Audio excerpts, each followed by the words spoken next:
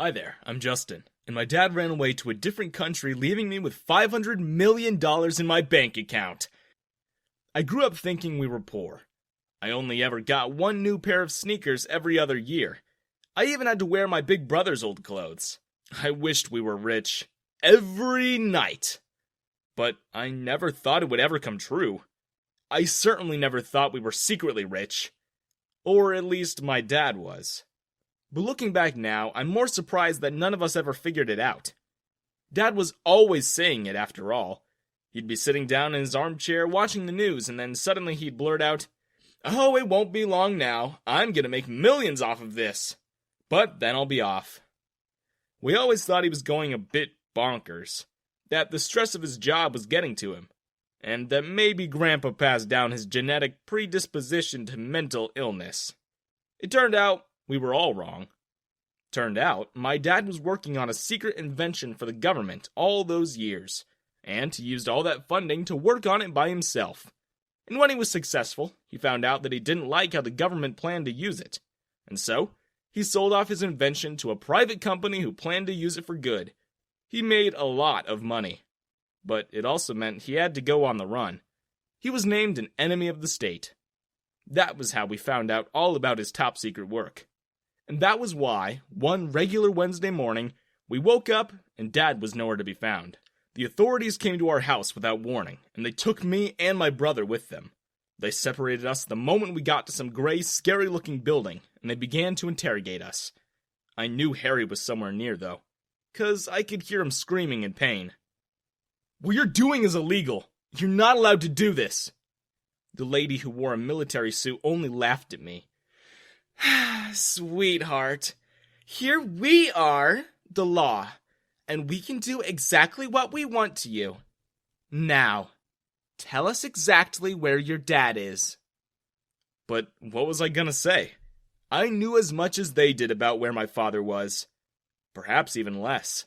So no matter what they said or did, or how long they kept us there, or how much they threatened me and my brother, they couldn't get an answer from us. So after a few months, they eventually had to let us go. "Remember, no word of this to anyone. Or, I don't know, maybe one day your house catches on fire. By accident, of course." The lady winked, and that was the last thing I saw. They put bags over our heads, and they tied us together, and they dumped us somewhere. The next thing I knew, my brother was taking the ropes off my wrists, and he took the bag off my head. They left us in our backyard.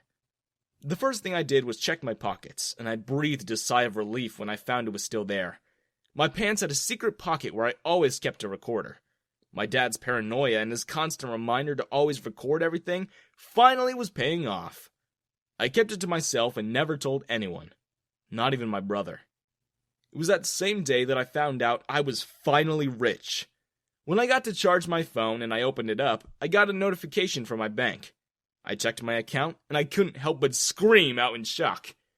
The last time I checked, I had $21 in there. Now, there was an astonishing 500,000,021. I couldn't believe my eyes. I didn't tell my brother how much it really was, but I gave him a couple $100,000. I wanted him to live a good life too. But I knew he was irresponsible with money, so I didn't want to give him all of it. Especially because somehow Dad had sent me a coded text. And in it, he told me that money was meant for me and me alone. Why he never mentioned my brother, I didn't know. But Harry was still my brother, so I helped him out anyway. He never asked me where my money came from. Harry went on to become a detective. He was impressed by what he saw when they took us to the Pentagon. I, on the other hand, hated that time of our life. But even though I disapproved that Harry was willing to work for the people who tortured him, I let him live his life. I used the money to learn everything I needed to learn with computers. I wanted to be like my dad. I bought the best computer money could buy, and I hired as many private detectives I could find. And I began my years-long search for my dad. I learned how to listen in to conversations, tap phones, and hack CCTVs. I tracked paper trails and digital footprints, any small clue that could lead to our dad. That search took me all over the world. I went to Japan, the Ukraine, Slovakia, and when I couldn't find him there, I followed leads to Sweden. the Philippines, and even Namibia. For years, it was like I was on a wild goose chase, seeing the world but only to find one person, and meeting so many beautiful girls but never really having the time to know them. Until one day, off the coast of a small island in Greece, I heard a familiar voice. Dad? A man on the beach who was talking to his friends with his back towards me slowly turned his head, and when I saw his face, I could only feel relief. Finally, years of running after him had paid off. His friends were just as surprised as he was. Do you know this kid? You didn't tell us you had a son. Oh, yeah. Yeah, he's my son. My only son. It didn't even register what he said. I ran to him and hugged him as tight as I could, but my dad was not as happy as I'd imagined he would be. Instead, he stood up and his face showed disappointment.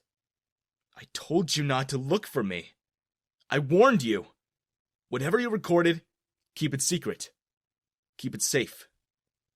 Was Dad going bonkers for real? What was he saying? And why did he say I was his only son? He hugged me again. I miss you.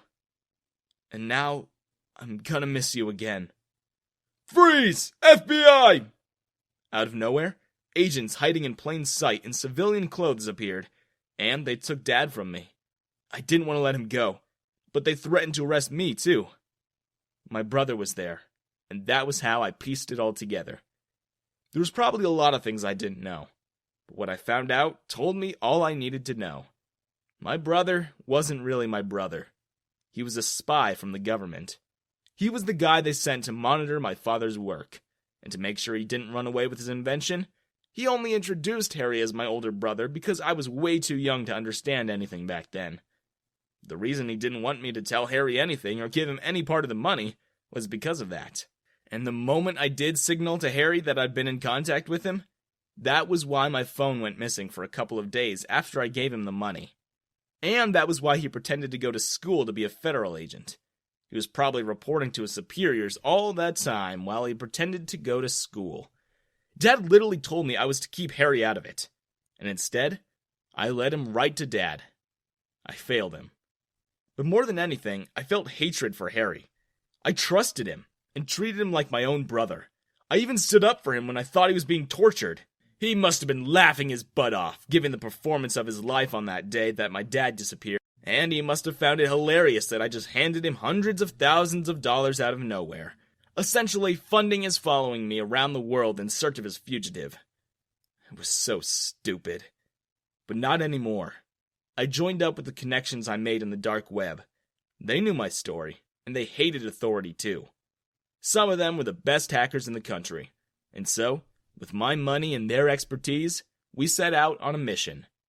For months, we worked on intercepting calls and messages, and one day, we finally pinpointed my dad's location. From there, it was easy. We waited for the right time to strike. We befriended local people who worked in their facility as cleaners and cooks, and then we took on their identity, wearing masks and carrying their passes. We were in without breaking a sweat. Some of us broke into the command center and disabled all CCTV, and within minutes, my dad was free. But I wasn't leaving without a little present. I downloaded all their files and made sure they knew someone had stolen sensitive secrets. I left a copy of my recording on that day. I wrote a note saying that should they come after us or my father, that a copy of that tape would leak online, and people would know their agency tortured people. And who cares if Harry's screaming in that tape was fake? People would believe it. I never got any trouble from them again, and my dad was able to live freely again, with me back home. One day, Harry appeared at our door, and he threatened us. He'd lost all credibility, and he was only working desk jobs since Dad's escape. I let him come in. I let him threaten us a bit more. And then I put up a video on that TV that made Harry stop in his tracks. It was a deepfake of his face superimposed on my body, and he was confessing to taking hundreds of thousands of dollars from me as a bribe, to keep his silence for a while and let my dad escape. The paper trail of the deposit certainly was there, and I was certain he told nobody of it in case the money was confiscated. So, Harry was left with no choice. I know your job means a lot to you, but take this as a warning. You can work a desk job and maybe years down the line, they'll let you back onto the field. Or, I can send this to your superiors, and who knows what'll happen. We never saw Harry again. My dad and I still build cool stuff to this day.